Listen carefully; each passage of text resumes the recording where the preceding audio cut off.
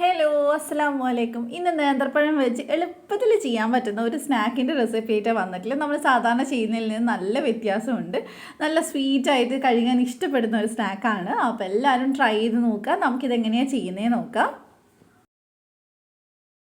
അപ്പോൾ ഇതുണ്ടാക്കാനായിട്ട് ഞാനിവിടെ അത്യാവശ്യം പഴുത്തിട്ടുള്ള 3 നേന്ത്രപ്പഴമാണ് എടുത്തിട്ടുള്ളത്. ഇതിനി നമുക്ക് ആവിയിൽ വെച്ചിട്ട് നന്നായിട്ടൊന്ന് വേവിച്ചെടുക്കണം. നല്ലപോലെ വേവണം കേട്ടോ. ആവിയിലോ അല്ലെങ്കിൽ നിങ്ങൾക്ക് വേണമെങ്കിൽ ചുട്ടെടുത്താലും കുഴപ്പമൊന്നുമില്ല.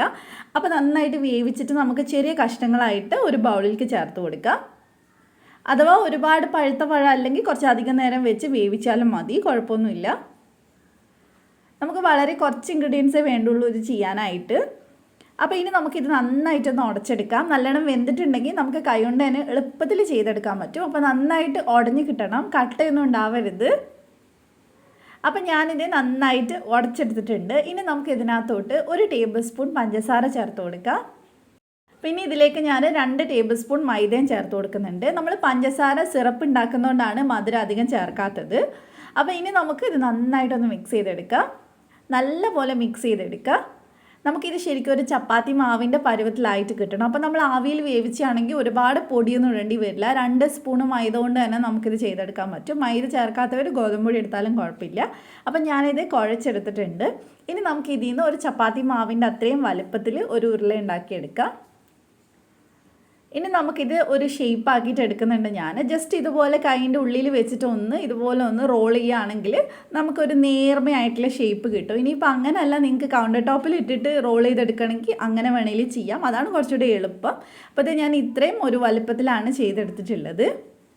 കുറച്ച് നിങ്ങൾക്ക് എത്രത്തോളം തിന്നാക്കാൻ പറ്റും അത്രയും തിന്നാക്കാം. എന്നിട്ട് ഇതുപോലെ നമ്മൾ പൊറോട്ടയൊക്കെ ചുരുട്ടണ പോലെ ഒന്ന് ചുരുട്ടിയെടുക്കുക.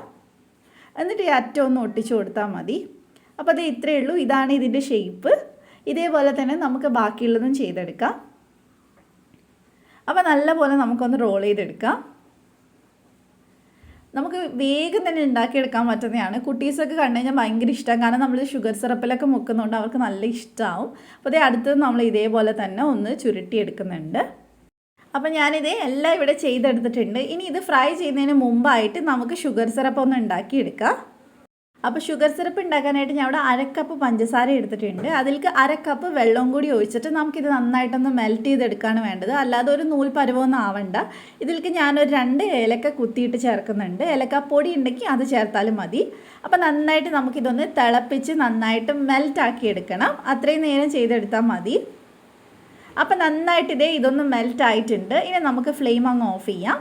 അപ്പോൾ ഞാനിത് പൊരിച്ചെടുക്കാനായിട്ട് ഇവിടെ എണ്ണ ചൂടാക്കിയിട്ടുണ്ട്. ഒരു ഫ്രൈ പാനിൽ നമുക്ക് ഇതൊന്ന് ഇട്ട് കൊടുക്കാം. ഒരുപാട് നേരം ഒന്നും ഫ്രൈ ചെയ്യണ്ട. 2 സൈഡും നന്നായിട്ടൊന്ന് മൊരിഞ്ഞ് വരുന്ന നേരം ഒന്ന് ഫ്രൈ ചെയ്തെടുത്താൽ മതി. അപ്പോൾ എല്ലാം കൂടി ഒരുമിച്ച് തന്നെ നമുക്ക് ഇട്ട് കൊടുക്കാം. അപ്പോൾ ഒരു സൈഡ് ഒന്ന് റെഡി ആകുമ്പോൾ നമുക്കിതൊന്ന് തിരിച്ചിട്ട് കൊടുക്കാം. ഒരു മീഡിയം ഫ്ലെയിമിൽ ഇട്ട് ഫ്രൈ ചെയ്തെടുത്താൽ മതി. അപ്പോൾ ഇത് നമുക്ക് ഏകദേശം 2 സൈഡ് ഇവിടെ റെഡി ആയിട്ടുണ്ട്. ഇനി ഇതെടുത്ത് മാറ്റാം. ഇത് എടുത്തിട്ട് ഡയറക്റ്റ് ഇങ്ങനെ തന്നെ കഴിക്കാനും നല്ല ടേസ്റ്റാണ്. അപ്പോൾ ഷുഗർ സിറപ്പിൽ ഇടുകയാണെങ്കിൽ കുട്ടീസിനൊക്കെ കൊടുക്കുമ്പോൾ കുറച്ചും കൂടി ഇഷ്ടമുണ്ടാവും. അപ്പോൾ അതിനനുസരിച്ച് നിങ്ങളുടെ ഇഷ്ടത്തിനനുസരിച്ച് വേണമെങ്കിൽ ചെയ്യാം കേട്ടോ. ഇപ്പോൾ ഇങ്ങനെ ചെയ്യുമ്പോൾ കുറച്ച് ക്രിസ്പി ആയിട്ടാണ് ഉണ്ടാവുക. ഷുഗർ സിറപ്പിൽ നമ്മൾ മുക്കുമ്പോൾ കുറച്ചങ്ങ് സോഫ്റ്റ് ആവും. അപ്പോൾ ഇത് ഫ്രൈ ചെയ്തതെല്ലാം ഞാൻ ഷുഗർ സിറപ്പിൽ ജസ്റ്റ് ഒന്ന് മുക്കി കൊടുക്കുന്നുണ്ട്. ഇതിൽ ഒരുപാട് നേരം ഇട്ട് വെക്കരുത്. ജസ്റ്റ് ഇട്ടിട്ട് അപ്പം തന്നെ തിരിച്ചിട്ടിട്ട് ഒന്ന് എടുത്ത് മാറ്റണം. ഇല്ലേ ഭയങ്കര സോഫ്റ്റായിട്ട് പോവും. അപ്പോൾ എല്ലാം നമുക്കൊന്ന് തിരിച്ചിട്ടിട്ട് അപ്പം തന്നെ എടുത്ത് മാറ്റാം. പിന്നെ അതേപോലെ തന്നെ ഇത് ചൂടോടെ വേണം കഴിക്കാനായിട്ട്. അപ്പോഴാണ് കൂടുതൽ ടേസ്റ്റ് ഉണ്ടാവുക. അപ്പോൾ നിങ്ങൾക്ക് എല്ലാവർക്കും വീഡിയോ ഇഷ്ടമായിട്ടുണ്ടെങ്കിൽ ചാനൽ സബ്സ്ക്രൈബ് ചെയ്യുക. തൊട്ടടുത്തുള്ള ബെല്ല് ക്ലിക്ക് ചെയ്തിട്ട് ഓളോട് ക്ലിക്ക് ചെയ്യുക. എന്നാൽ മാത്രമേ വീഡിയോസ് ഇടുമ്പോൾ നോട്ടിഫിക്കേഷൻ വരുള്ളൂ. അപ്പോൾ വീഡിയോ എല്ലാവരും ലൈക്ക് ചെയ്യുക, എന്നിട്ട് ട്രൈ ചെയ്യുക, എന്നിട്ട് എൻ്റെ അടുത്ത് ഫീഡ്ബാക്ക് പറയുക. അപ്പോൾ നമുക്ക് മറ്റൊരു അടിപൊളി വീഡിയോ ആയിട്ട് ഇൻഷാ അല്ലാഹ് വീണ്ടും കാണാം. Thank you for watching.